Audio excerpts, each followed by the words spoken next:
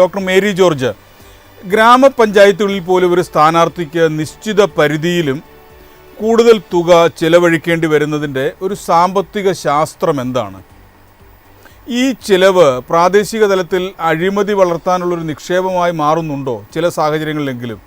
അതായത് ഈ പ്രാദേശിക തലത്തിൽ കൂടുതൽ ചെലവഴിക്കേണ്ടി വരുന്നത് ദേശീയ തലത്തിലും സംസ്ഥാന തലത്തിലും വളരെ കൂടുതൽ ചെലവഴിക്കുന്നു എന്നതുകൊണ്ടാണ്. ഇപ്പൊ തദ്ദേശ സ്വയംഭരണ സ്ഥാപനങ്ങളിലേക്കുള്ള തെരഞ്ഞെടുപ്പ് തുടങ്ങുന്നതിന് മുൻപായിട്ട് ഒരുപാട് ഫ്രീബീസ് ആണ് ഇവിടെ ഗവൺമെന്റ് ഓഫ് കേരള ഡിക്ലയർ ചെയ്തത്.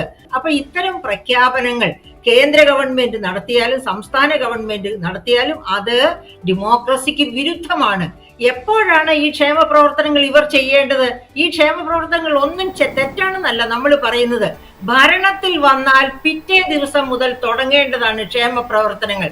അങ്ങനെ ഭരണം വിട്ട് 5 വർഷം കഴിഞ്ഞ് ഇറങ്ങുമ്പോഴേക്കും ബീഹാറിലെ സ്ത്രീകൾ അരപ്പട്ടിണിക്കാരാണെങ്കിൽ അവരെ പട്ടിണിയിൽ നിന്ന് തൊഴിലിലേക്ക് ഉയർത്തണം. കേരളത്തിലെ 35ഉം 60ഉം വയസ്സിനിടയ്ക്കുള്ള സ്ത്രീകൾക്ക് തൊഴിലില്ലെങ്കിൽ അവർക്ക് തൊഴിൽ സൃഷ്ടിക്കപ്പെടണം 5 വർഷം കൊണ്ട്. അതല്ലാതെ ഭരണത്തിൽ നിന്ന് ഇറങ്ങാൻ നേരത്ത് നിങ്ങൾക്ക് ഇത് തരാം എന്ന് പറഞ്ഞ് ചേർത്ത് പിടിച്ചുകൊണ്ട് വോട്ട് മേടിക്കില്ല. അതാണ് ഒരു തരത്തിലും സഹിക്കാൻ, അതാണ് ഡെമോക്രസിയുടെ അടിവേരറക്കുന്ന പദ്ധതി.